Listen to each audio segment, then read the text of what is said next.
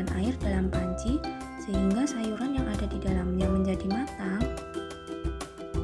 Ketika kamu memasak sayuran, panas dari api kompor berpindah ke dalam panci.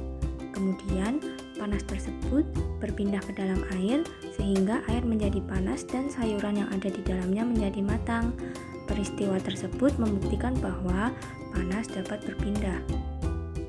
Panas berpindah dari benda yang bersuhu tinggi ke benda yang bersuhu lebih rendah. Kemudian, bagaimana panas dapat berpindah? Panas dapat berpindah melalui 3 cara, yaitu konduksi, konveksi, dan radiasi. Selanjutnya, kita masuk pada materi yang pertama, yaitu konduksi. Perpindahan kalor secara konduksi adalah cara perpindahan kalor melalui zat perantara, tetapi zat perantaranya tidak ikut berpindah. Pada peristiwa perpindahan kalor secara konduksi, yang berpindah hanya energi kalornya saja.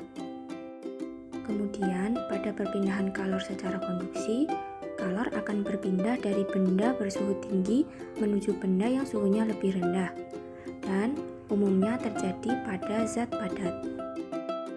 Contoh peristiwa perpindahan kalor secara konduksi dalam kehidupan sehari-hari yaitu saat kamu membuat teh dan memegang salah satu ujung sendok yang dimasukkan ke dalam air panas. Apa yang terjadi? Lama-kelamaan, ujung sendok yang kamu pegang juga akan terasa panas. Kedua yaitu konveksi. Perpindahan kalor secara konveksi adalah perpindahan kalor yang disertai dengan perpindahan zat perantara. Umumnya terjadi pada zat cair dan zat gas.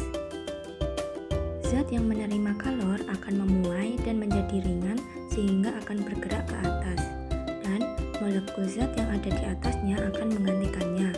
Misalnya, ketika merebus air yang letaknya dekat dengan api akan mendapat panas sehingga air menjadi lebih ringan.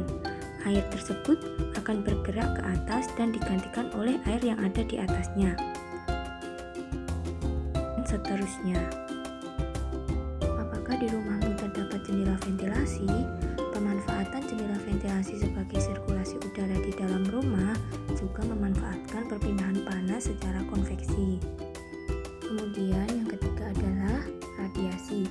Perpindahan kalor secara radiasi adalah perpindahan kalor tanpa memerlukan zat perantara. Ketika kamu dan teman-teman pergi berkemah ke pegunungan, udara di pegunungan sangat dingin. Untuk menghangatkan badan, kamu perlu membuat api unggun. Nah, panas dari api unggun tersebut dapat sampai ke tubuhmu tanpa melalui zat perantara. Hal tersebut merupakan salah satu cara perpindahan kalor secara radiasi.